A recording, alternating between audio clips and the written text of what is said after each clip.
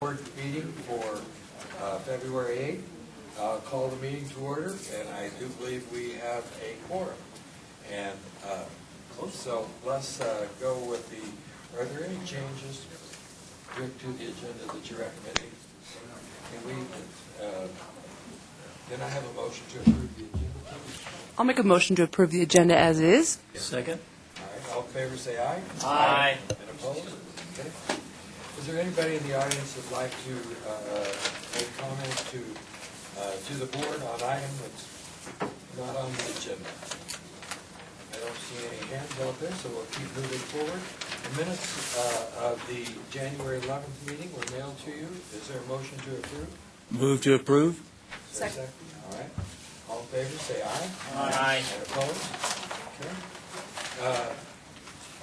The CAC report? Oh, thank you. I forgot the important part of pushing the button.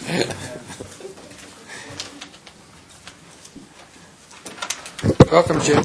Good afternoon, Jim Godfrey, Chair of the CAC. Welcome to the new board members. For the CAC meeting,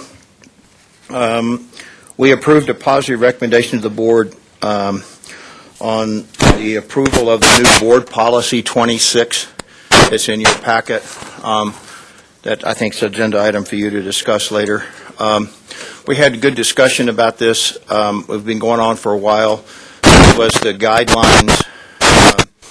The intent, again, was some guidelines as we're addressing total project cost increases so that we have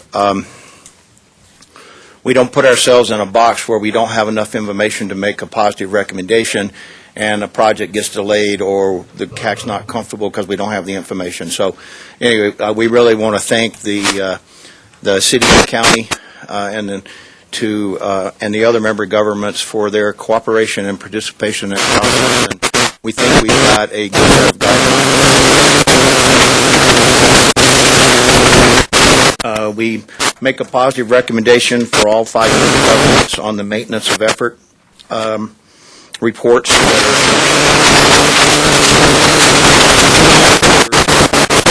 We thank the city and the mayor for finally getting the transit services back to that 2004 level. Considerable effort on the city's part. We know that and recognize that.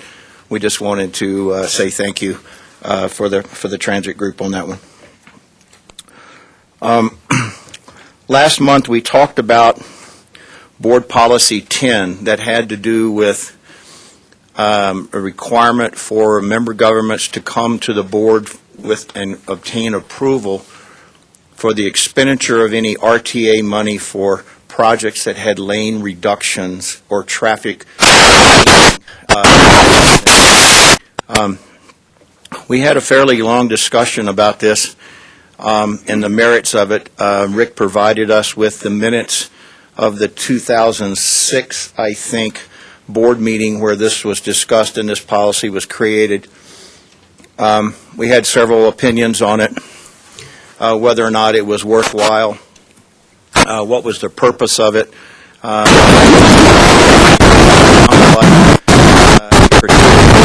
Board members and the chairs had hesitation to sign a check,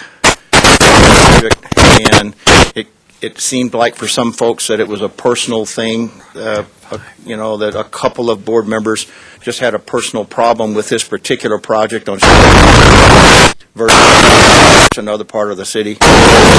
We had discussion about who knows how many projects that have had RTA money spent on them that had lane reduction and we never knew about.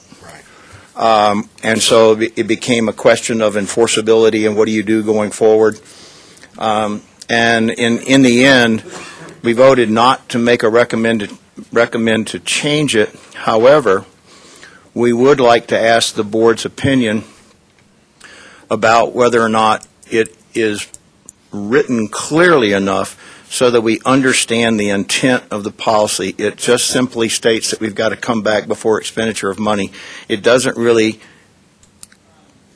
doesn't obtain why that's necessary or the rationale behind it.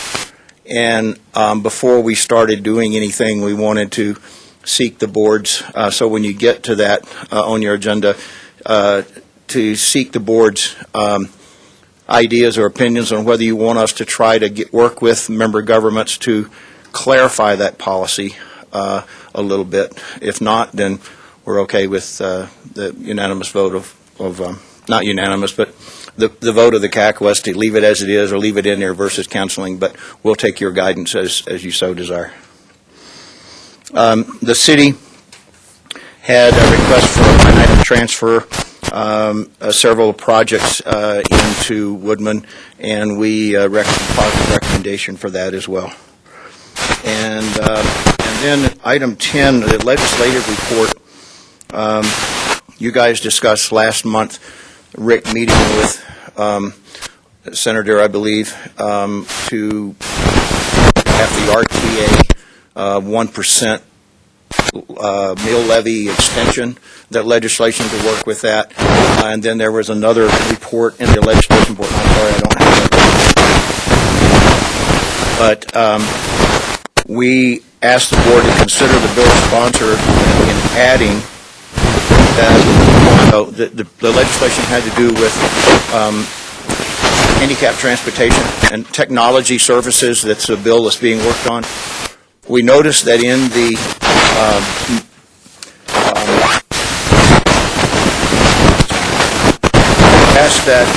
we noticed that in the copy of the legislation on the board of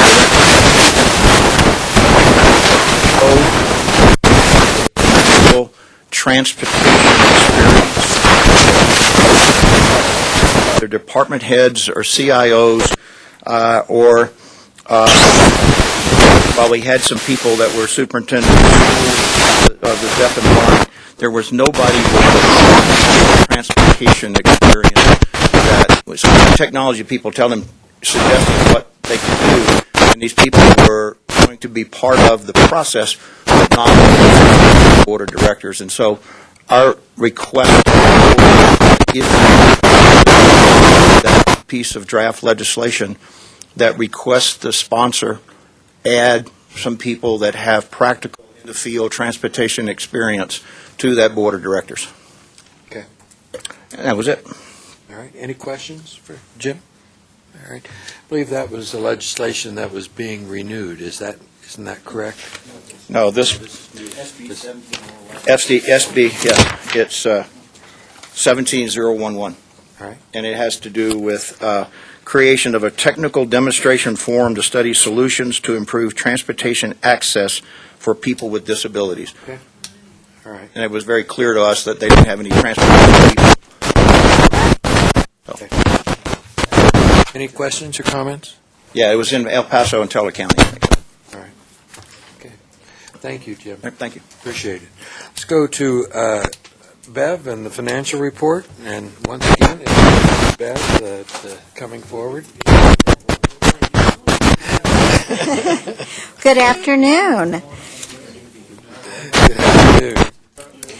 The December sales and use tax figure is $9,093,810, which is $819,000 over the monthly budget, or 9%, and $5,553,000 over the annual budget, or 6.2%. And as you recall, the $89 million is the annual budget for 2016, and in July, when we started the 2017 process for the budget, we had on page 1 that dip in the sales and use tax, so we weren't sure what year would end up with, and so we went conservative for the 2017 budget with an $89 million in use tax. So we've got and on page 2, we're ahead of last year by $7,460,000, or 8.57%. Okay, that's great. So then on page 3, 4 and 5, it just puts the sales tax collections into the upper part of the revenue and expense summary.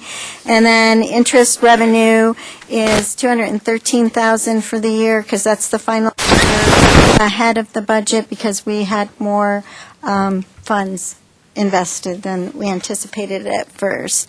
And the administrative savings, which gets wrapped up into the amended budget and allocated to transit maintenance and capital, was almost $56,000. So that you see on page 3. The other items for the capital projects and then the maintenance look like they're all way behind budget, but we have not received any final billings on those, and they come in through April. The audit's the end of April, and then we will have final carryover figures by line item in the expenditures. So are there any questions on the So financials? we probably won't see that until May. Right. Okay. I have two questions, Mr. Chair. Yes, please. First, are we subject, as a taxing entity, are we subject to the Tabor refund issue as well as other local governments? No, we're not subject to Tabor refund. What we're subject to as far as the Tabor is our reserve, the 3% reserve. Just statutorily, we have to keep a 3% reserve. Correct. Now, we have a board reserve of 7% that sometimes gets let out at times, and but the 3% we have to keep. So what happens to this $5.5 million of excess? Well, that is a good lead-in to my next subject. Boy, you I couldn't think have... we need to agree to put it towards I-25. We're going to expand I-25 to Green Mountain Falls. It's pretty much dispersed according to the percentage of each of the partners. So, the member government staff, both the city and county, Jennifer Irvin and Mike Schvez, have asked me to request that we have a second budget amendment. So normally we'd have a mid-year where I wrap up both the excess revenue and then the expenditure carryover after the audit. So since I know what the 2016 revenue carryover is, and we know that 2017 revenue is behind, I mean, it's going to be way ahead in theory if we meet the actuals that have happened this year. The question for the board is whether you would like to go forward and have an amendment for the 2017 budget carrying over the excess 2016 revenue and some higher estimate for 2017, so that the member governments can get their planning process done, get their contracts out for actually doing the work in 2017. Because what tends to happen is that by the time we do the mid-year budget amendment, and sometimes it's only $2 million, and it's not that big of a deal, but they just don't have time to get the work done in the year that it's budgeted, because it's so late. That's a good point. If they could do it now, by the time summer hits, they could be ready to start spending the money. If we wait until June, it might be September before they could actually get the planning done and the design work done to actually expend the dollars, and they have a very short window then. So I think it's a good suggestion. Lahinos? My question would be, in terms of any additional funding, is there a mandate that it go to the named projects or to maintenance? Or is there... It can be split. Can it be split? It's all formula driven. Yeah, it's all formula driven. The dollar comes in. Okay, so it'll get Some- evenly yes. distributed Right, based that's on... correct. Based some on will the go to formula. maintenance, some will go to projects. And the evenly distributed, it also deals with how much goes to Colorado Springs Right. County, And then beyond that, Green Mountain Falls. some for yeah. named projects, some for Right. additional money. But the Yeah, city has magnitude. more discretion than we do That's correct. to once the funds are in their coffer to distribute it. They have a little more latitude. Is everybody okay with doing an amendment now, early? So it takes about 2 months, so then I'd start it right away, and so it would go to the CAC, say, March, and then the board March and April for the final, the budget hearing would I be in just think it April. makes sense to allow the different members to be able to do the planning, because we know that there's additional dollars there. If they could start doing that and get it budgeted, I think it'd be helpful. Yes. Are we making the decision just for this year, or is it something that we're deciding to do here on out It's if a good- there's a good a question. nice, We did it, it's a good question. We did it many years ago when we had a lot of additional revenue. But a lot of years, we only have a little. So then we just didn't, because it I think the intent didn't was amount to to do it much. for this year at this time. while we're with what we And know. we don't know what the future Yep. holds in front of us. Yep, I Yeah. know, that's great. And to be clear, what we're voting on here effectively is allowing disbursement of these funds now to start on projects that weren't budgeted in 2016 or 17, correct? Yeah, it's not really necessarily disbursement, it's the budgeting of, so the appropriation of the funds, and then they can start to get to a point where they're doing the projects and we're dispersing the funds. Yeah, see, I'm not sure I'm comfortable with that at this point in time, because I think this board needs to have a discussion about where those funds need to go. And I think collectively, we have the opportunity to help move, our big transportation project down the road. I get it's only $5.5 million funds, but if $5.5 million, but if we can start putting RTA dollars with PPACG dollars and other dollars together, we can have buy-in to this I-25 project. And so I'm not ready to, get rid of, to disperse these funds now or to. Yeah, well, one of the things, Mark, you need to understand is that these dollars There's can lots only- I need to understand, only be- Merv. These dollars can only be used for projects that were approved by the voters. Except your maintenance fund allows you to have discretion that can potentially get those dollars from that maintenance fund into an I-25 project. I think I don't you know have the I ability don't think to do that's that. possible. No, the city of Colorado Springs. I don't think the city of Colorado Springs can do that. Can we do that? No, the maintenance fund has to be spent on maintenance projects. Plus, we Yeah. also have a geographic. Where's Rick Sonnenberg? He can explain this better than I can. That was part of my question. Well, those are good questions. It's a good idea. That's a good. Well, If it's, we can make- Rick has the answer? Rick has an answer. Can answer. And the answer is, there is no definition of maintenance. And there is a precedent of the Evans Avenue Bridge being completely replaced with city maintenance funds through the RTA. So, at bottom line, I think it's up to the board regarding, and of course, the member government. But member governments can propose, but the board can dispose. So I think it's a board final vote as to what the definition of maintenance is.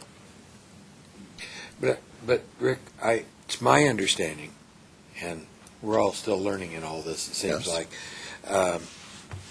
that it has to be within our district. Yes, they have to be Expenditure, within El Paso County. Yeah, so if it going into Douglas County from No. the top of Monument Hill, No, we you- could not do You that. go up the county, you We go have up to 2.2 miles of roadway in El Paso County that's part of this project.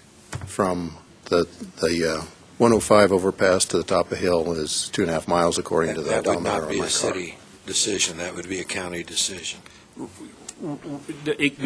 You're right, it's not a city decision, it could be a PPRTA decision, and the vehicle that PPRTA could use for that decision is funneling that money, those $5.5 million. That would take agreement from all of the governing bodies here to be able to put that money into the city maintenance fund in order to use that as a mechanism to get it to this project. I can agree with that.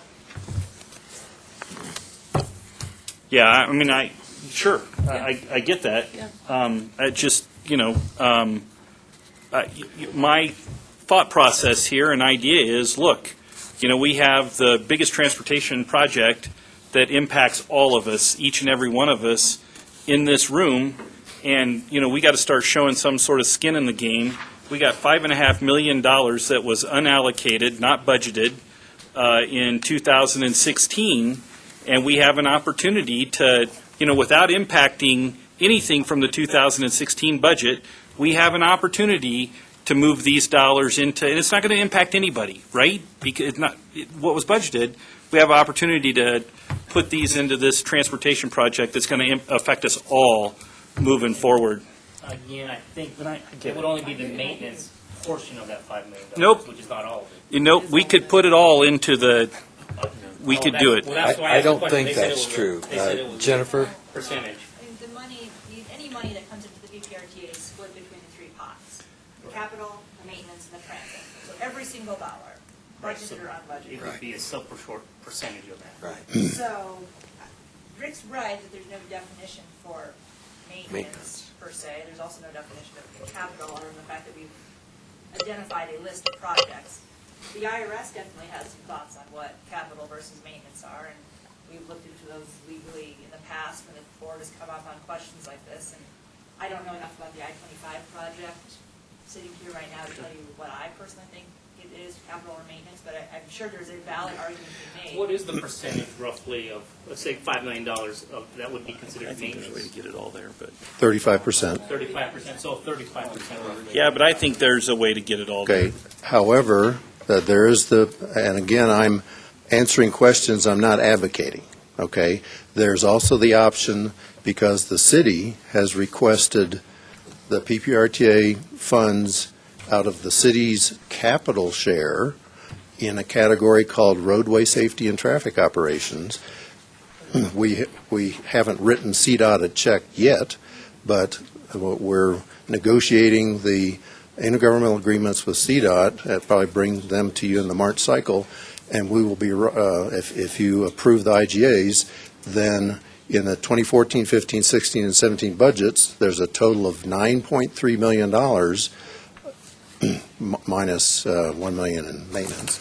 But 8.3 of the 9.3 comes out of the city's roadway safety and traffic operations capital line item.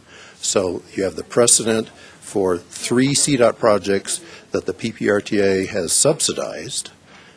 So it's not out of the realm of possibility that you could budget in the city's roadway safety and roadway safety, anyway, capital project to, if the board approved, to spend some funds out of PPRTA capital for a now 4th I-25, well, it's two, okay?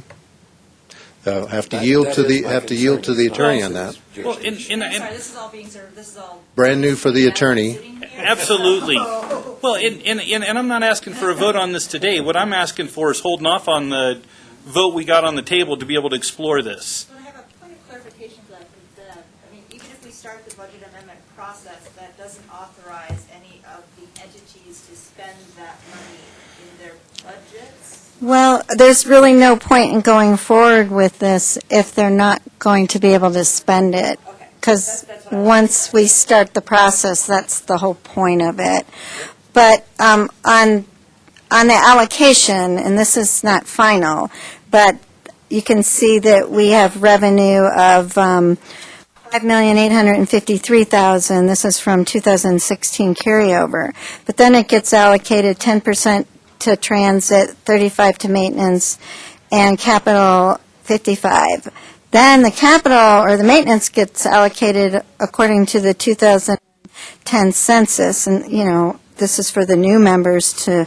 You can see then lines 13 through 17 how the maintenance is allocated, and then line 19 through 23 is basically how the allocation of capital would go if we do it according to the census, which is what we've been doing with this second 10-year of revenue.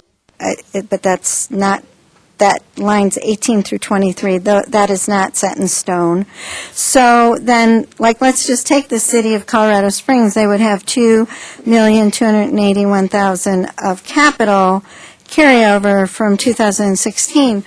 Well, I know as of today that $1,666,000 is needed to of that is needed for the Cimarron I-25 agreement with CDOT that wasn't budgeted in 2017. We're finally getting that intergovernmental agreement finished, and the payments that we need to make to CDOT would require another $1,666,000 of the $2,281,000.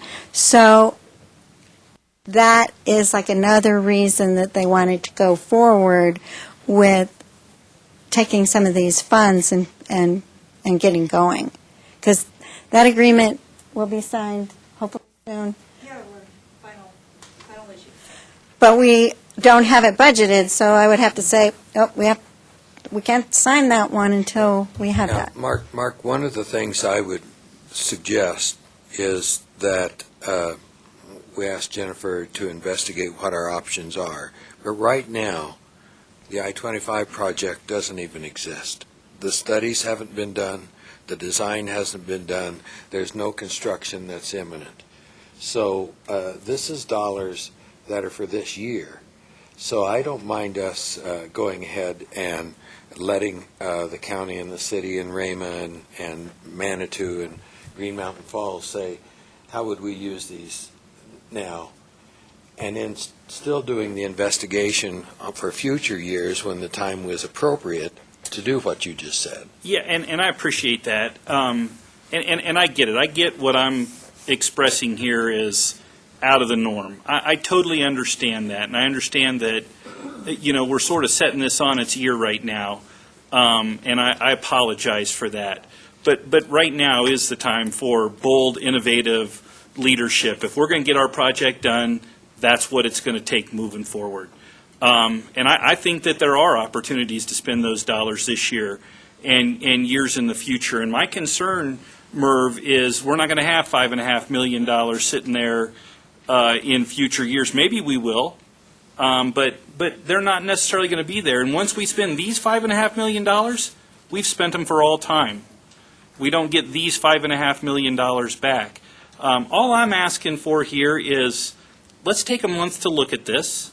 Let's take a month to figure out if there's something we can do. Let's take a month to figure out if there's a way we can put these towards this project and we can have some sort of buy-in. I mean, if we just want to disperse the funds so we can spend them, then okay, I get it. They weren't budgeted.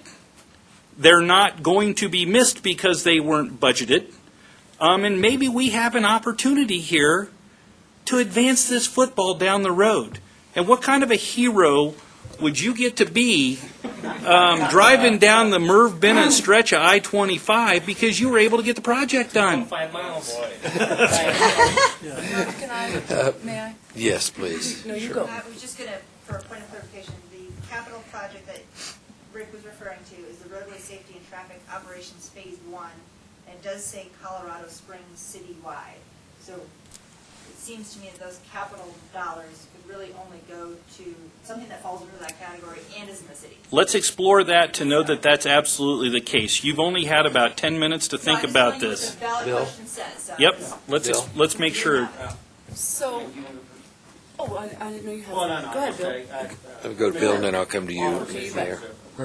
That's why we're here, we pool resources. That's right. As a group, and then we allocate the resources. We've kind of trapped ourselves, I use that term loosely, in an A and B list. That we've made a contract with the community and saying, if you give us this money, we will use an A and B list, and this follows that That's right. structure of the A and B list. Well, we had the social contract on. And so to make this quantum leap, I see where you're going. Pooling resources is a good thing, but I think it's prudent to let that particular environment come forward as it will as one big project. Because if we start pulling and cherry picking and stuff like this, we will run the absolute risk of not continuing the success that we've enjoyed in this RTA. Well, I don't think we're making a quantum leap here. I'll let that be your word, not mine. I think we're making a leap to do what our constituents expect us to do. Okay. That's how I Mayor? say it. Sure. So, I like bold. I like strong leadership. I think all those are very good. And I can tell you, as the leader of a historic town, with crumbling historic bridges, that your comment that this money won't be missed, I know what you're saying, we're not taking from what was already allocated, but I can tell you, if my constituents knew that there was a chance to have overflow or carryover funds, and I let it go toward a not fully existent project of I-25, you probably won't see me for much longer. I agree. So, and I say that not because it's just sort of a cosmetic thing. We have major crumbling infrastructure issues, major. So I'm happy that, Bill, that you brought up the A list and really having to all kind of stay the course together in order to support each other on the B list. And I have to say, again, I appreciate you bringing this up. It obviously created some dynamic was good conversation. It was a good discussion. Why can't we just but I can't, continue the discussion for a month? Because we need to move forward with what we have. Okay, go ahead. Larry? Sorry. Well, I'm pretty much reiterating, but, the voters voted on this. 10 years ago, we had PPRTA 1, and then they voted again, and they've been very happy with the projects that we've been doing, and I think we've got it. Our constituents have spoken, that there's a list of projects that they want this money set aside for, and we have to use it for that. Now, if in the future there are other projects that we can use, I understand being bold, I understand being courageous, I understand being leadership, but at the same time, our constituents have already voted on this, and there's a list of projects that they expect us to do.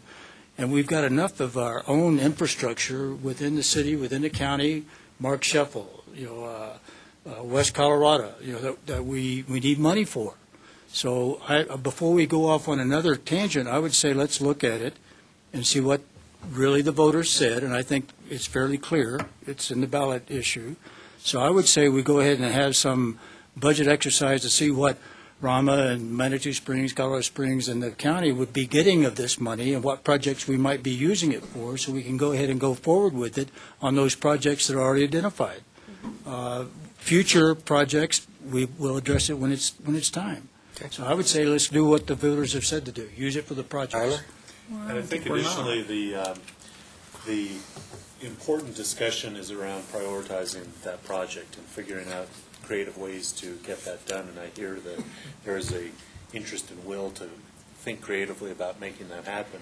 I'm not sure that this mechanism and this particular rollover of dollars is the right fund source nor the right timing of it, but it may come to bear down the road. But I appreciate you bringing up the importance of it and the idea, because I think if RTA and PPACG can get around that as a strong priority, perhaps the other way that this trickles through is by adding this $5 million to each of our entities' coffers.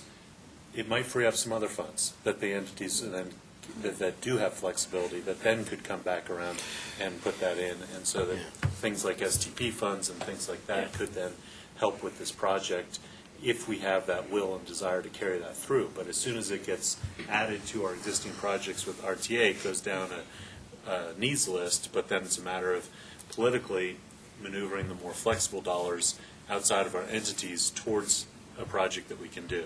And I think that it's been brought up a few times, but I think one of the huge successes with the RTA is that voter trust, and that's why we've been able to reauthorize, and that we said this is the formula that we will be working through. This is the capital list of projects, and that project is not on our capital list of projects, and we don't want to be doing a end run around with the voters' will in that list.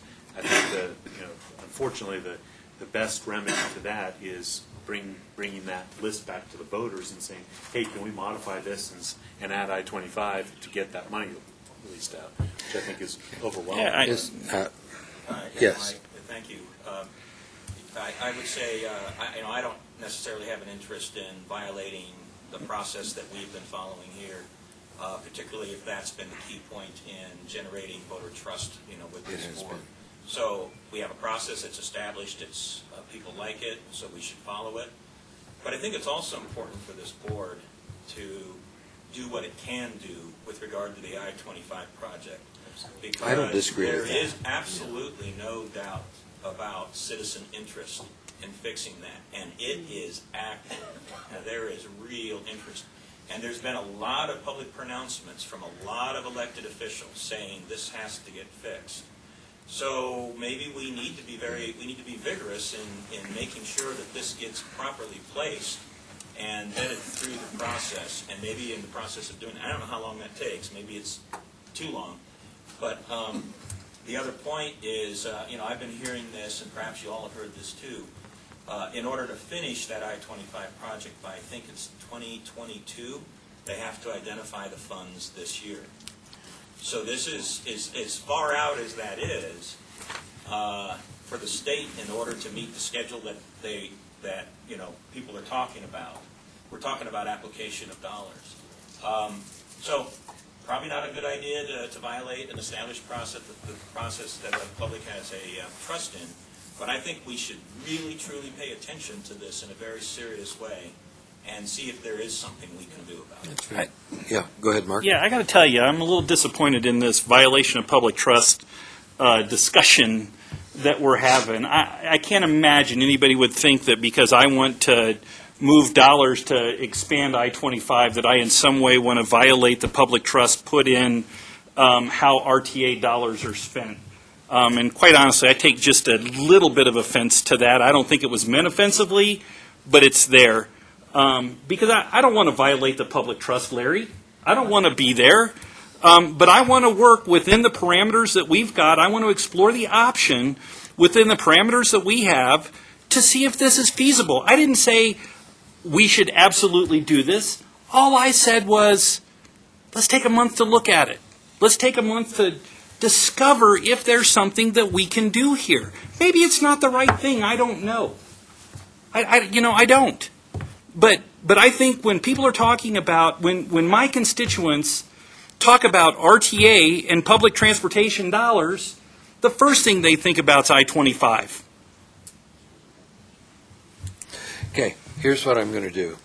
I'm going to ask for a motion that to do what was brought forward is to allow the different agencies to revise their budget based upon this. And then after that, I'm willing to direct our attorney to do the work that you've requested to see what our options are. So is there a motion to, yes? Could you clarify in the motion whether you want just the 2016 excess revenue, or if you'd also like some 2017 additional revenue? Okay. Bill, did you want to make a motion? I'll make a motion that both 2016 and 2017 excess revenue be dedicated to the A&B capital renewal list. And that the various partners do an early budgeting for our consideration. Is would that do that? Is there a second? I second that. Okay. All in favor, say aye. Aye. Opposed? Nope. Okay. So I heard one opposition. Was there any others? Okay. Then that passes. Jennifer, you've heard this discussion. Could you see what our options are? Yeah, and I'll work with Rick and Bev. I'm assuming they have much more facts about the potential I-25 project than I currently have, and fill in the gaps. And could you bring that back at our next meeting? Yes. A recommendation. It was my understanding when I was oriented on this board that everything we did had to relate to the A list, and we could not even touch the B list until the A list is completed. So that's how it was explained to me. But let's see if we have options. There's some creative I think it doesn't hurt to find out if we have options. That was my question. So Yeah. once we get this information, we can go back and readdress Absolutely. this plan that We're not voted, approving yes. we're Correct. just That's allowing them to the budget for plan it. for it. Okay. Yeah. That's what I. That gets that's us what ahead. I believe to be true. Yeah. So that's why. Well, Okay. but as she said, there's no point in allowing them to budget if we're not going to give them the money. Right, and the motion Yeah. was to move forward with it, Yeah. not to move forward with the assumption that we might move backward. Yeah. All right. But that we can move back. Well, I But, think. but we, I don't we know. also know It's that there's like going to be that. additional dollars in the future that I get we can consider for this. I think the staff is hoping that they don't have to move backwards on it with this Yeah. vote, is what I Okay. think I'm understanding. All right. I just want voted on it. It's I just want to paying for confirm, do we have an option of not? Okay. If it's just a Does that- plan? Does that cover the capital No, I think renewal that's a bad idea. revisions? Yeah, Okay. just be solid. I'm going to Yeah. keep us I moving agree. forward. Sorry. Let's go to the capital maintenance and public transportation contracts. Let's go with the City of Colorado Springs. Did we do the capital renewal project revision, 6B? That's what we just did. Bev, we just accomplished the capital renewal project revisions? I'm handling. Oh, I'm sorry, I misunderstood. Thank you. Yep. Okay, the initial driver on this issue was the fact that in the fall of 2012, before this board, or the last time this board saw the capital renewal list, before it went to the voters in November of 2012, there was, that capital list had dollar estimates next to each of the 150 projects. The dollar estimates were not in the ballot for those 150 projects, but they were presented to the board in August of 2012. What's come up in the last couple of years is that as the member governments bring forward those projects and put them in the budget, that the cost estimates have been higher, and in some cases dramatically higher. For example, West Colorado doubled from the three-party combined estimate, city, county, and Manitou. It was 12 point something million, and when it was designed and opened the bids, it was 24 instead of 12. So the driver on this is how much detail does the CAC and the board want to see when a project, when it gets ripe and comes into the budget and is dramatically higher than the 2012 estimate. Again, the 2012 estimate was not in the ballot, so it's not fixed. How much detail do you want to see when a project is 20%, 50%, 100%, 200% higher than it was when this board saw it in August of 2012? How much detail do you want to see when those increases, those cost increases occur? And that was the driver, and this policy 26 is the list of guidelines, the list of stipulations that the CAC is recommending to you as to what, if you approve it, what you would like to see regarding those capital cost estimate increases. Okay. Bill? Well, if I, can I make a motion? Certainly. Okay. Can we discuss now, or do you want me to discuss after? I have one thing I'd like to question about this before a motion. Okay. Or you can make the motion and then I can do it. Well, I was going to make a motion to remove B. In its entirety, and C would be 20%. Anytime you go over 20%, we need to understand why it got, 20% is a heck of an increase in some of these projects. Okay, so we've got a scale here. It's not like yours is 100,000, yours is 6 million.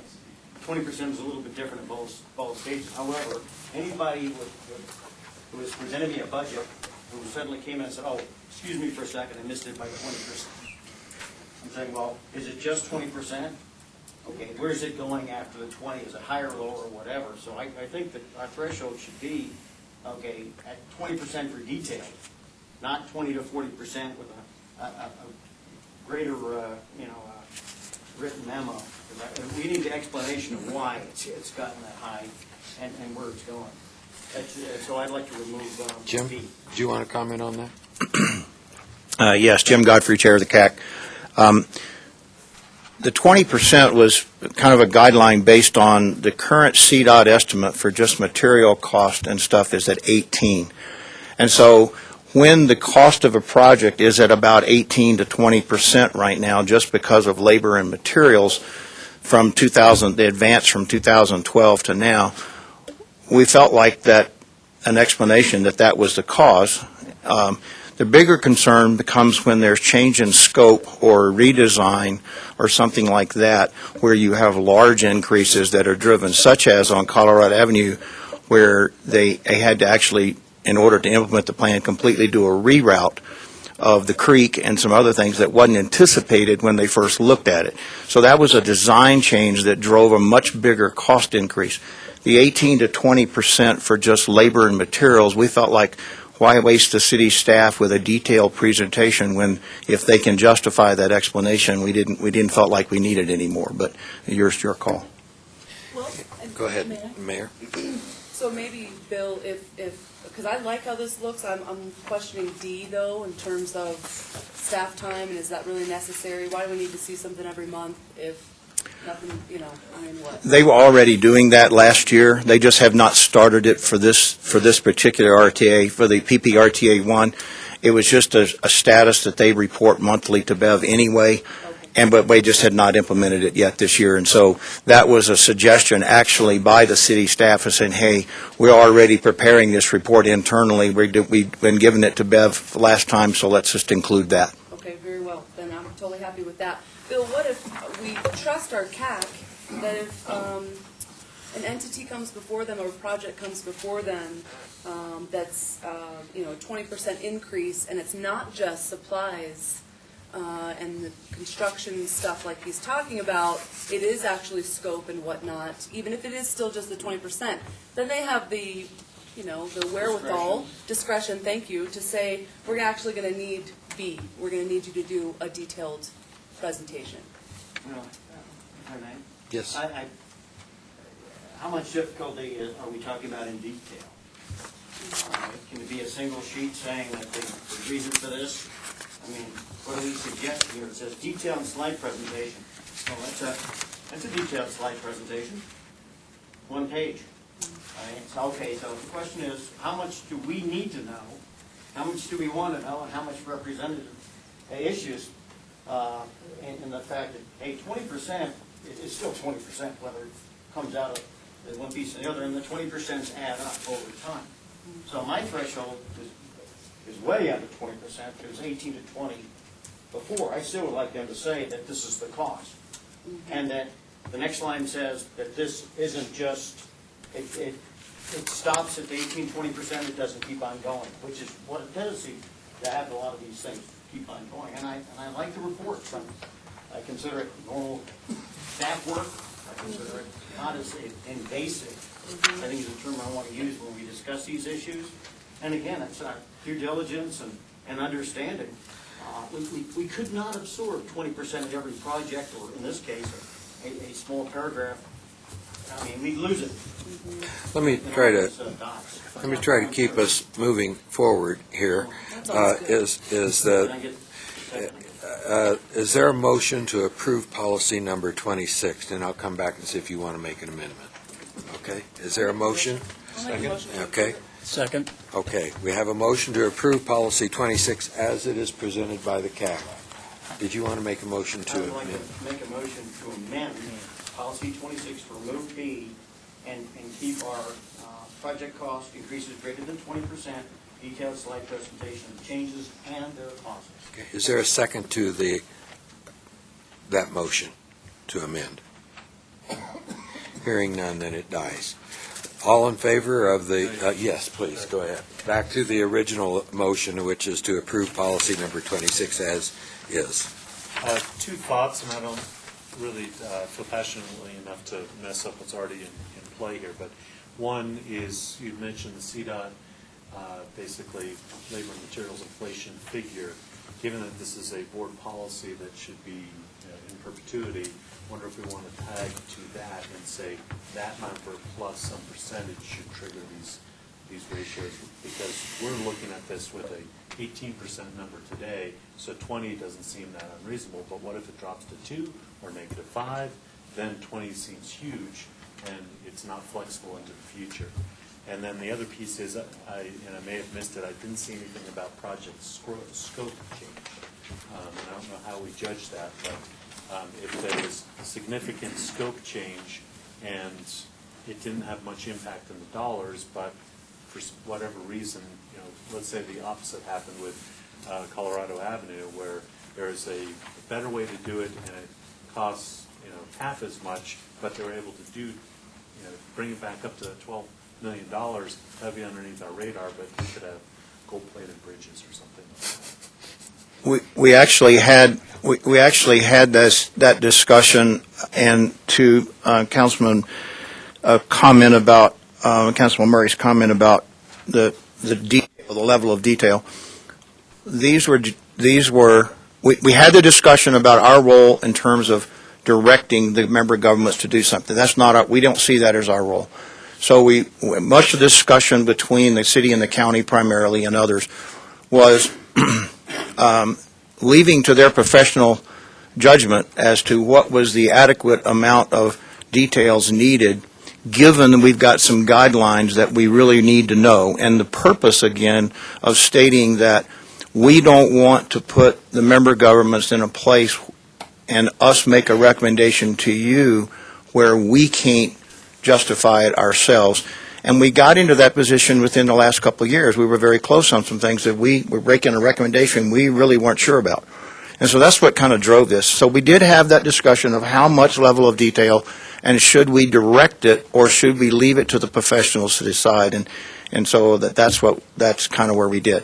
On the CDOT number, that tended to be the numbers that we hear repeatedly that the community, the PPACG and the RTA and all of them kind of use the CDOT number because that's more for the region than others.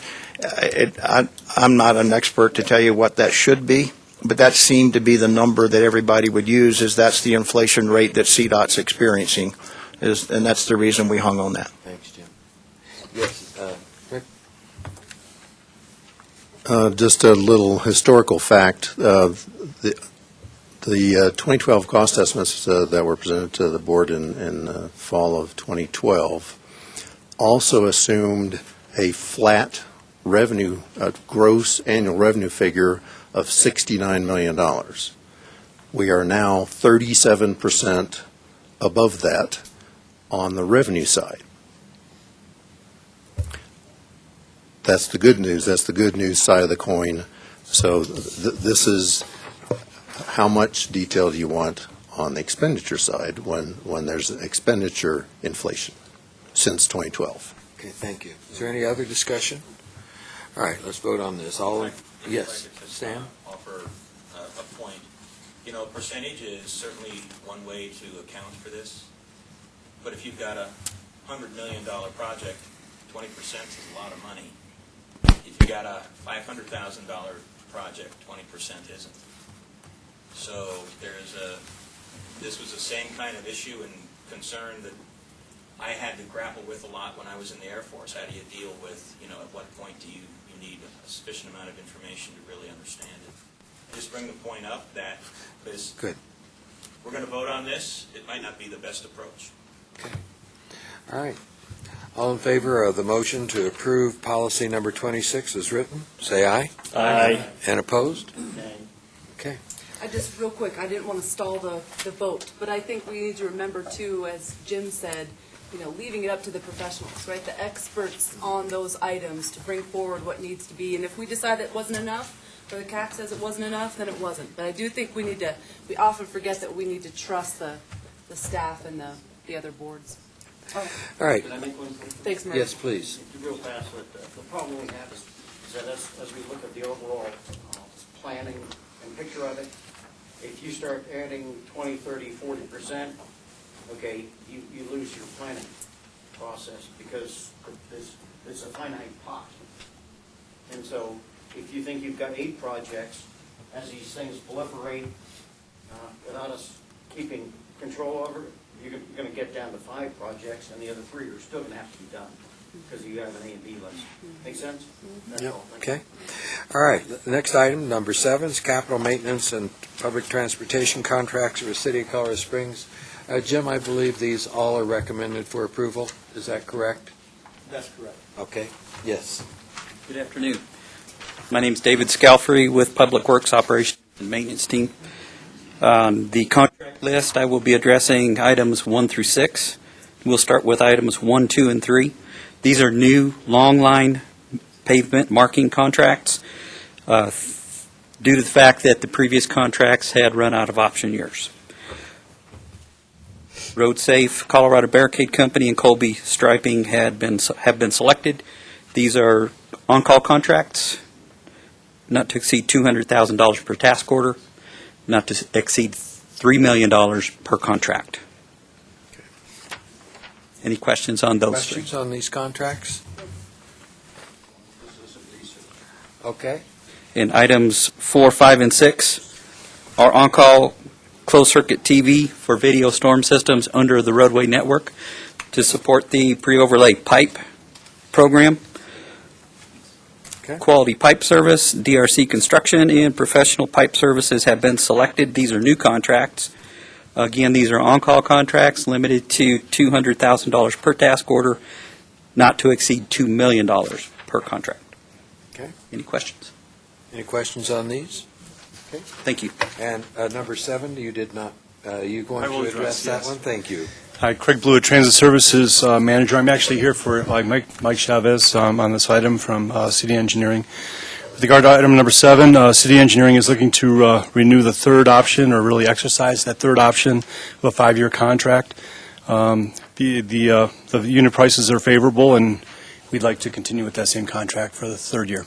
Okay. Any questions? Is there a motion to approve these contracts? So moved. Is there a second? Second. All in favor, say aye. Aye. And opposed? Okay. Let's go to other reports. We'll start with, this is information only, City of Colorado Springs Transit Services Monthly Report. Craig, are you going to be doing that? Yes. Okay. Again, Craig Blewett, Transit Services Manager. You had the report in your agenda packet. Just a couple things to mention with regard to ridership with our local fixed route system. Slight increase in December 2016 compared to 2015. And looking at our ADA service, a similar slight increase of 1.7% over the previous year. Van pulls, I did want to let you know that we were including a new metric in terms of the productivity of our van pool program. As you can see, the number of participants has actually declined with the van pool program, and gas prices, I've mentioned before, has contributed to that.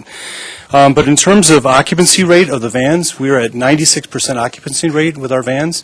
A year ago, December of 2015, we were at 87% occupancy. So it's a program that we can scale based on the demand, and so we can reduce the number of vans in play and make sure we have the ridership up. Yeah. So wanted to give you that good news. So we're not throwing bad money out there. We're not wasting money. We're productive. Okay.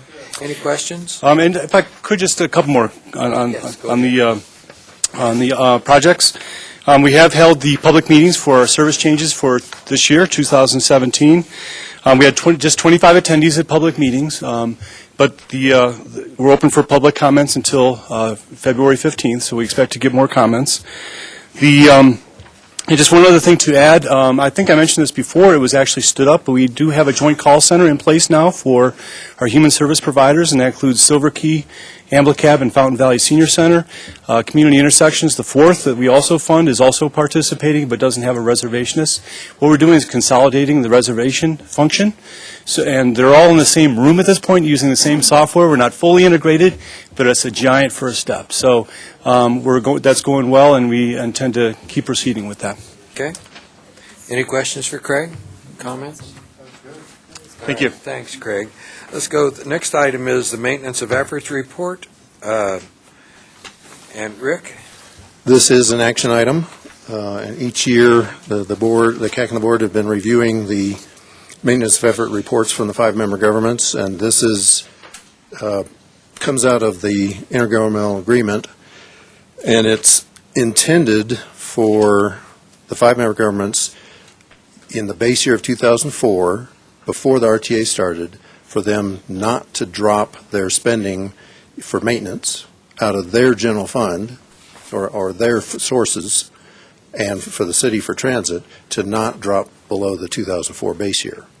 The city did drop below the 2004 base year in transit for several years, but in this report you'll see that city for transit funding has come back up to the 2004 level, and all the other, and the city for in their maintenance, and all the 4 other member governments in their maintenance have all met their maintenance of effort level, which is they are continuing to spend out of their non-RTA funds at least as much as they were spending in non-RTA funds in maintenance in 2004.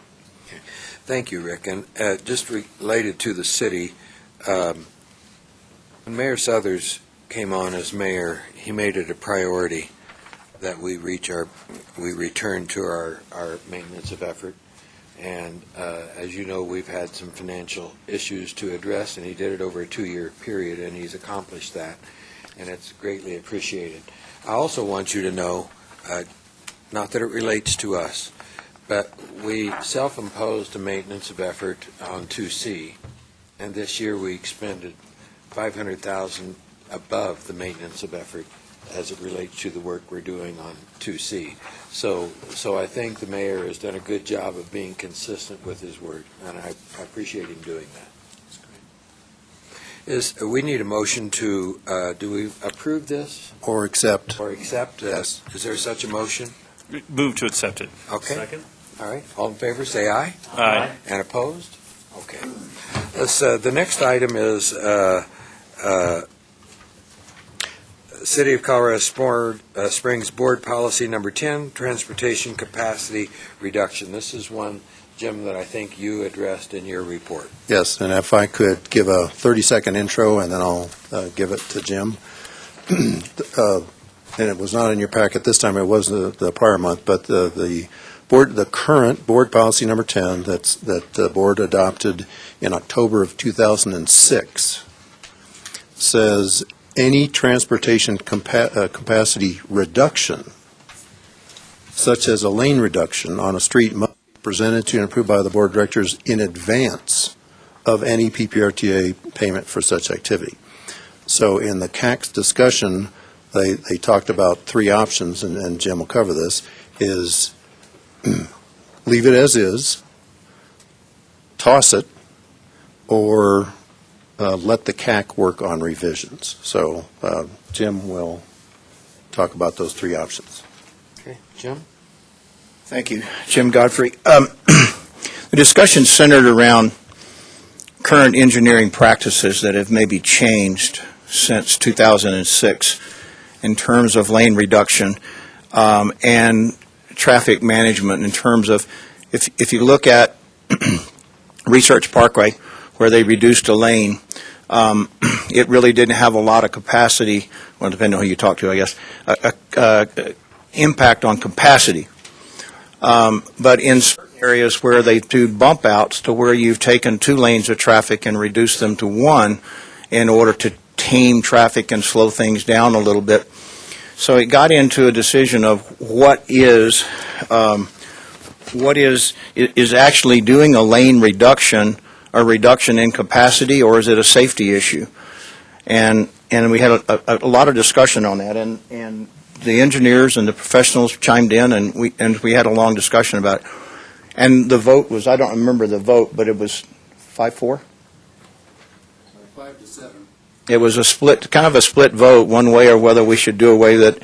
I felt like that it didn't have any, that after reading the actual minutes verbatim transcript of the board meeting that which this took place on October 11th, that it was a personal feeling by the people that were at that board meeting that didn't like the lane reduction on Cheyenne Boulevard.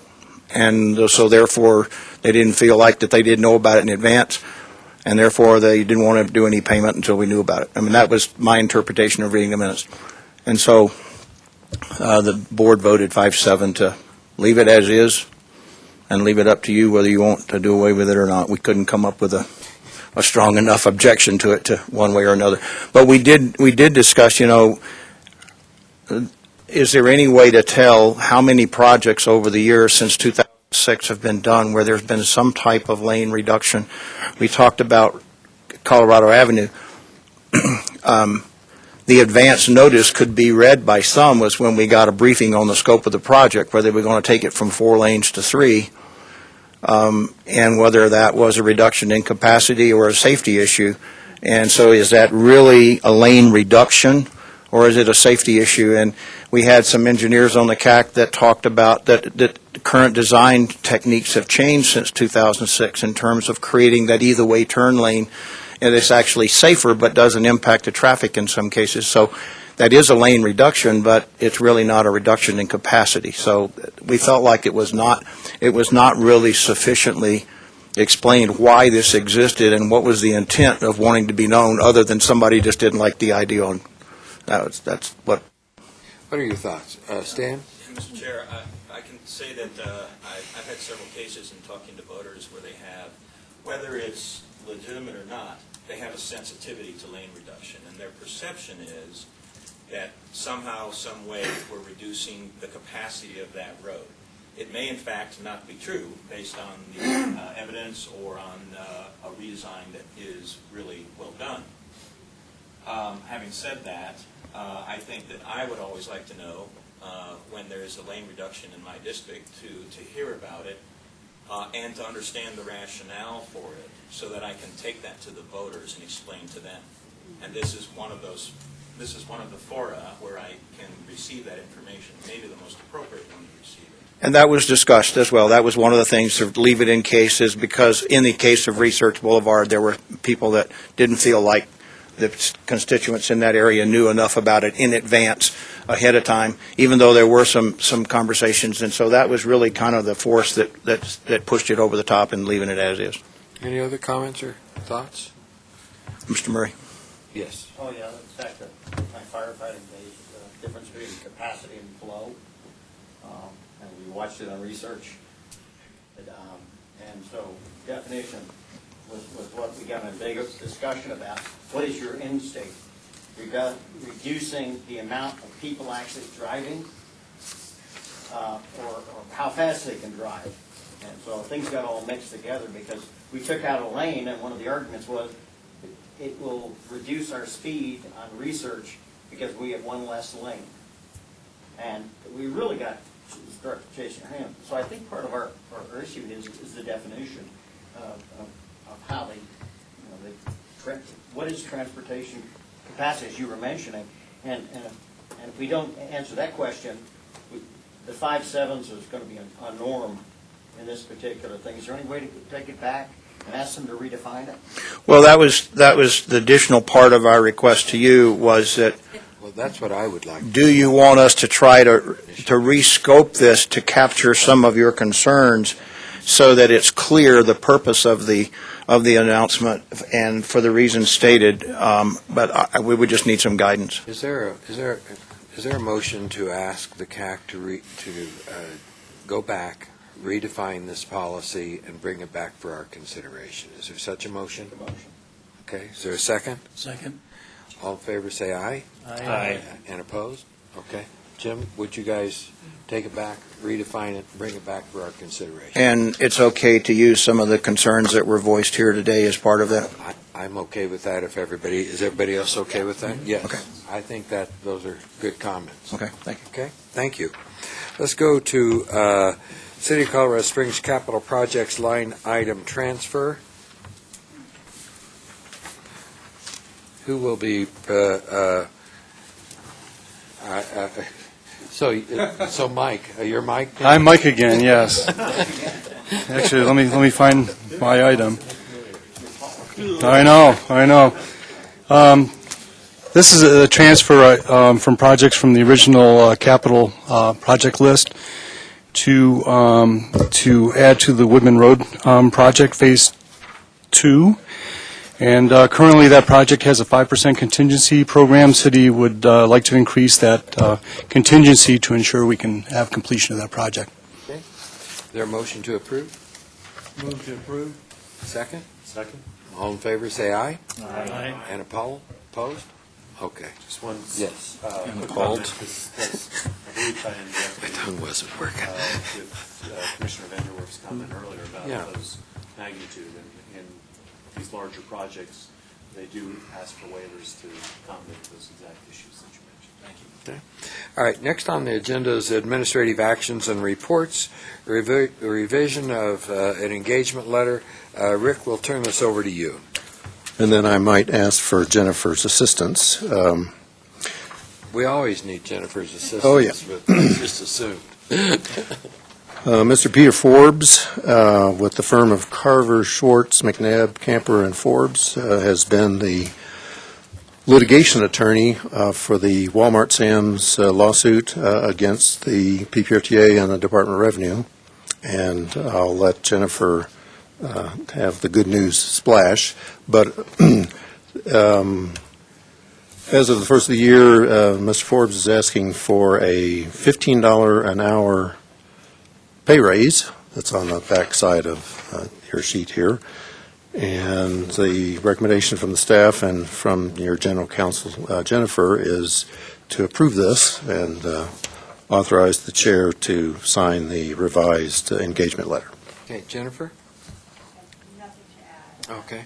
The preview is good news coming for you, but that doesn't mean that we may not need Peter at some point Okay. this year, so. Is there a motion to approve this recommendation? Move to approve. Okay, will you second? Second. Okay. All in favor, say aye. Yes. Discussion questions. So was this do we use different lawyers or lawyer groups? Were they only for the litigation with the Walmart? Or Yes. what was our continuing use with this organization? So my firm, our firm is general counsel to the RTA.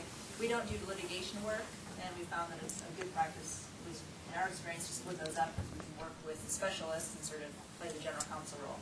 Peter has played the special counsel role for the litigation and also was active in defending against the legislation that was introduced last year on the same issue. So that's why we use different lawyers. So that's the only thing he handles is matters related to that issue.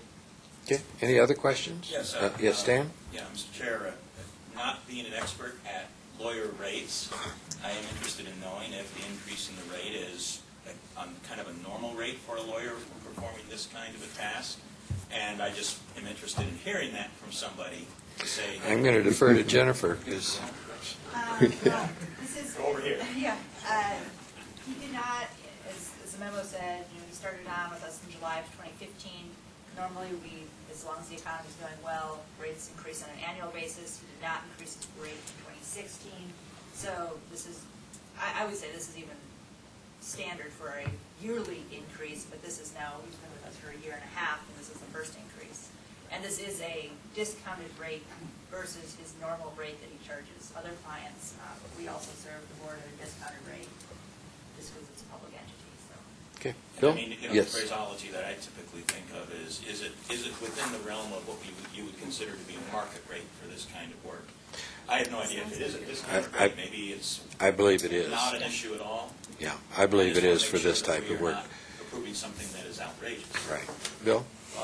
This is for plus 3%, so it actually sounds like inflation, but the analogy is around the horse crossing the stream. I suggest we stay on the horse until I agree. side. I agree. Rather than suddenly Yes. nickel and dime the guy for $15 an hour. Well, my question was, I mean, when I asked about it, it was for this litigation. It does, from my perspective, make sense that, well, we had the contract through the end of the litigation work.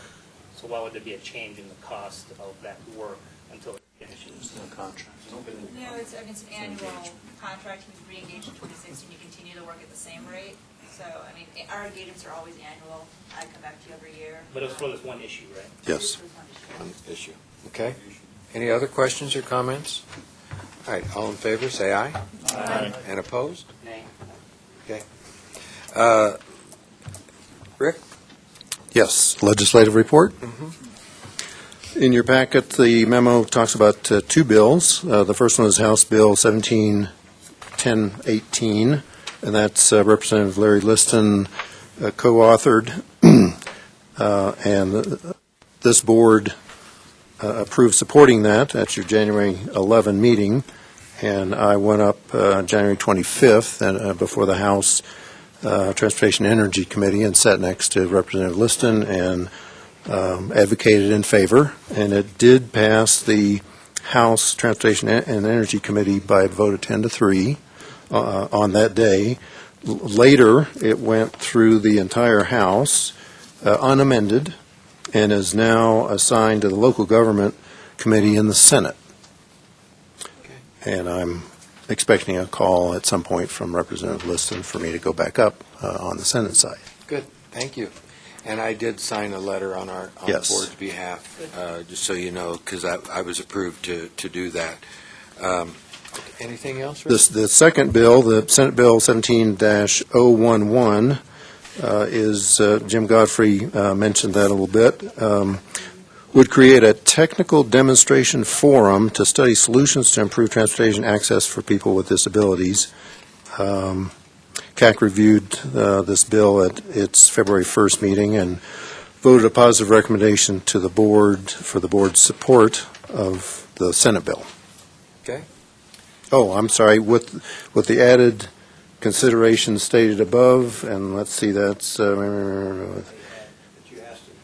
yeah, with the last four lines of paragraph 2, with the added request that the board consider asking the bill sponsor to consider adding to the proposed 7-member technical demonstration forum a member with practical public transportation experience who has dealt with the practical and technical details of this issue. Yes. Craig? Again, Craig Blewett, Transit Services Manager with the city. This is a bill that we are tracking as well. Couple things to add. You know, the other forum members are all director level with the state. My understanding is that the revision of the bill is looking to add the director from the Colorado Department of Transportation, which would seem to be appropriate. In the body of the bill itself, it talks that it says they would be inviting representatives of various interest groups to testify in front of the forum and give information, and that list includes representatives of organizations providing transportation to people with disabilities. So from our perspective, we think that's probably adequate. We did have a concern, thank you. We did have a concern initially about lack of representation from the Department of Transportation for the state.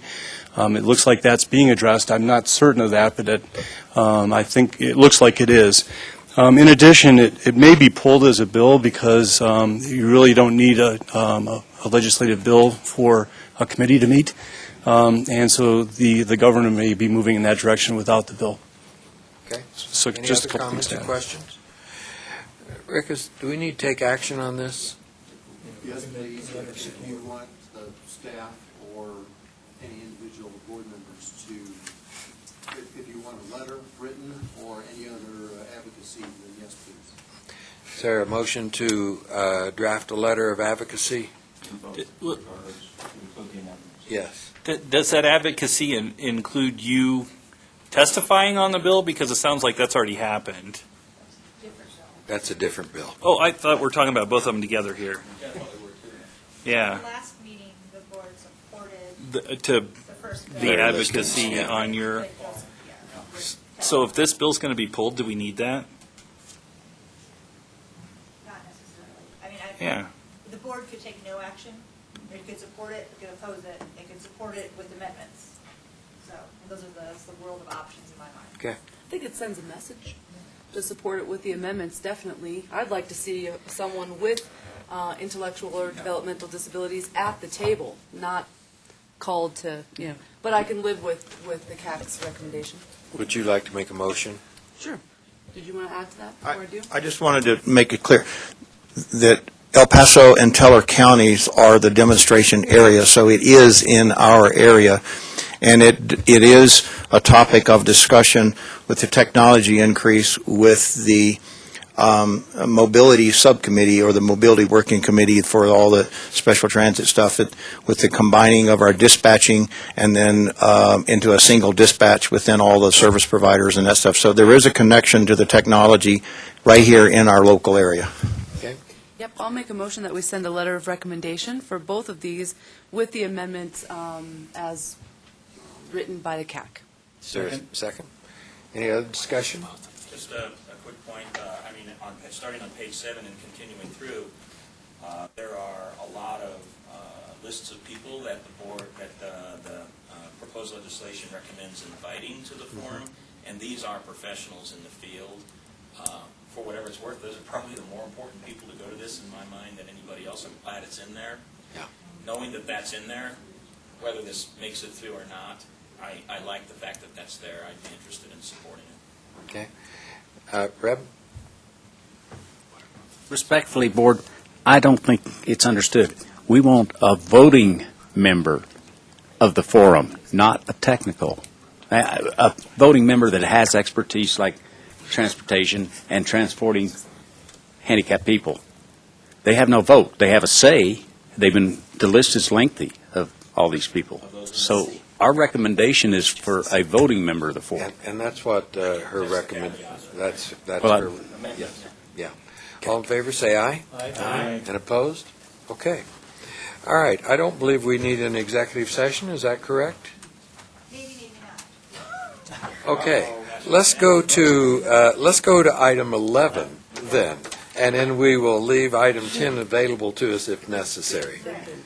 I'll just give the update first. I don't know, we have new board members, so I don't know how familiar the three commissioners are with the lawsuit, if at all. Familiar enough to know what it is. Okay, familiar enough to know what it is, okay. I don't want to bore everyone with a recap of something you already know, but I didn't want to start speaking about it if no one knows. So the court, district court did enter a judgment on February 3rd. We were victorious in the lawsuit. So they did find that the Walmart property is still within the PPRTA boundaries, notwithstanding Fountain's annexation. And the second issue they ruled on was that Fountain's argument that because they're a home rule municipality, that their taxing power trumps ours. They ruled that it's not a matter of local concern, it's a mixed concern, and that you can have two taxing jurisdictions in the same spot, and so our tax stays. Okay. The maybe, maybe not is, I do have a memo from Peter Forbes to just re-engage. If you want to go in executive session, I will pass it out to you. I don't like to pass things out in executive session, or in open session that have some legal thoughts in them, because then it becomes part of the public record. I don't think that there's anything in here that I can't recap in a way that we can have it in open session, but I'd like to leave that to the board. What's your feeling? I'm comfortable with you recapping. Me too. Is everybody okay with that? Okay, let's go Every ahead. board has their own preference, so I like to leave it to your style. So,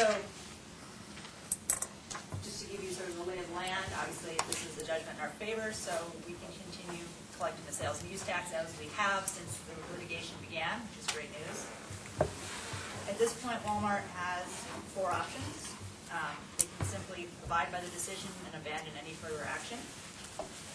Second, they could ask the district court to reconsider this issue, and that would have to be filed within 14 days of the judgment or by next Friday. Third option is if they could file a notice of appeal and try to take this to the Court of Appeals, and that would be due on March 24th, 2017. And the fourth option would be to seek a legislative fix, which they attempted last year, and that was unsuccessful. It doesn't mean they can't come back with something again this year. And we have been monitoring anything related to sales tax, anything that even looks like it could be near this issue. We've been monitoring, and we've been working with the county's lobbyists. Sorry, the word was escaping me. The county's lobbyist, Mike Beasley, closely and letting him know where the case is, and he's also been monitoring legislation, and we've been in contact. And so far, we've heard of nothing. Good news there. I'd like to contribute that this morning, it sounded like Fountain was aware of some amendments to whether it was the mill levy bill that they were trying to bring forward. I don't know the status or whether that was accurate information as to what the intent was there, but just maybe put your ear to the ground a little firmer to make sure that there's not an amendment coming forward. The mill levy, okay, yeah, to cast some tax. Go ahead, finish, please finish. Are you done? Well, I was sort of the second issue, so. Just an FYI, there's a $50,000 line item in your 2017 budget in admin for a lobbyist, if needed. Okay. Bill? Fees? That's the second issue. Thank you for that briefing. You've been prompt, hadn't you? So, the one action item I do need under 11 is direction for Peter. We can't get legal fees back. We can try to get our costs back, that's filing fees, legal research, copying costs. And he thinks we're still sort of tallying how much it is, but we think that's in the range of $3,500 to $4,000, which is a fraction, obviously, of what you spent to defend this litigation, but that's all we're eligible to try to get back. I asked the question of, well, how much in legal fees is it going to cost to try to get those costs back? Exactly. Yeah. And he said about $1,000. So you could net 25 to 3,000 in the positive if you want to try for it. I mean, he said it's a simple, he says to draft something and file it, but it will cost about $1,000 to chase after 35 to 4,000. And what are the odds?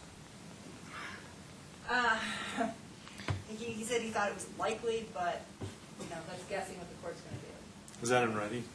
Yeah, right. Actually, no, that was on the Is there any, Just so you know, I don't either. Defined is between 10% and 90%. Yeah, I didn't have them defined. personally, I don't know that it's worth the effort right now. I think we've won, and I think we need to move on. But what's your thoughts, Bill? Well, my question very specifically, is there a time, do we delay anything by doing the second piece?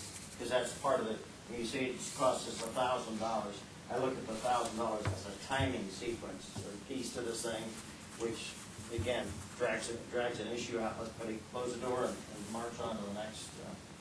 No, it doesn't. We have 21 days to decide whether we want to try to get the costs or not. And so that is the timing aspect there, but it doesn't change any of the other deadlines now. I'm not hearing anybody or seeing any raised hands for us to go any further. So, okay? So at this point, I will keep you posted as to All right. what, in future months, Okay. what we've heard. All right. Lahinas? How much annually comes in from that fountain property for the PPRTA? I'll let Bev answer that question. We can't say. We can't. number.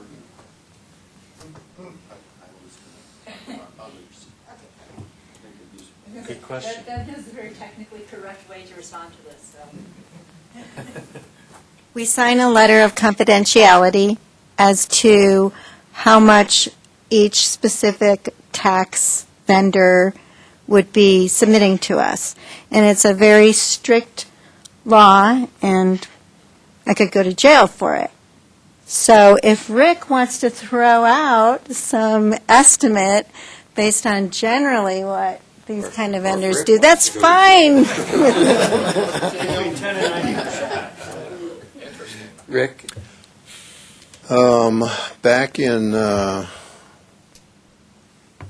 2003, when I was with the town of Monument, and Walmart was expressing some interest in coming to Walmart, or coming to Monument, I did some research, and at that time, fully mature Walmarts, with the grocery part included, were generating for a 1 cent sales tax about $500,000 a year.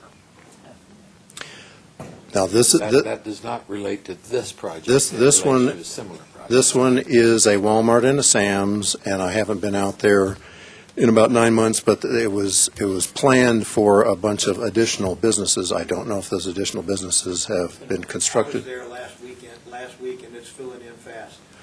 So- I would say, since that's not any of the cities and municipalities, maybe that would be good for I-25 expansion. No, they're paying back on interchange. Okay. So, That's a good thought, though. but if these aren't fully mature yet, which they probably aren't, so there'll be something well less than $500,000 apiece, and then whatever the smaller stores are generating. So you can do your own math. Thanks, Rick. Is there anything else related to this item? I don't believe there is. No, I have nothing other than Okay. to say, I personally think Peter did a phenomenal Yes. job. He did. Having read Yes. all of the pleadings. He did. Actually, if you read the order, which there is a copy of at each of your seats, the judge sort of almost posted the other side for omitting part of the statute in their pleadings, and, I'd say Peter did Good. very good work and defended against that very well. So- Okay. Please thank them. Are there any member announcements? Yes, Just Tyler? picking on that a little further, I'm wondering legislatively, given the strength of the judge's findings on that piece about the jurisdictional overlap and such, it seems a pretty huge legislative change to overcome that. Is that your impression too? It would definitely be a change, it would be a definite change in the way that the statutes have been working and the way they've been judicially interpreted. I mean, it doesn't mean it can't happen, but it's a big sea change. Yeah, it's not just a simple. Yeah. Walmart would be all over that. And just also wanted you to know that PPRTA did pay for the construction of the Academy Boulevard that went through there, that cut the entrance into this area. I believe there was between $23 and $26 million of cost. Actual background number, well, $25 million. $25 million. So I want to know, it's not that we hadn't invested in this at all. So, okay, is there any other member announcements? If not, we're adjourned. Nice, thank you. Good job. Keeping us on task. I think they need to meet with us regarding an investment decision. Okay. Okay.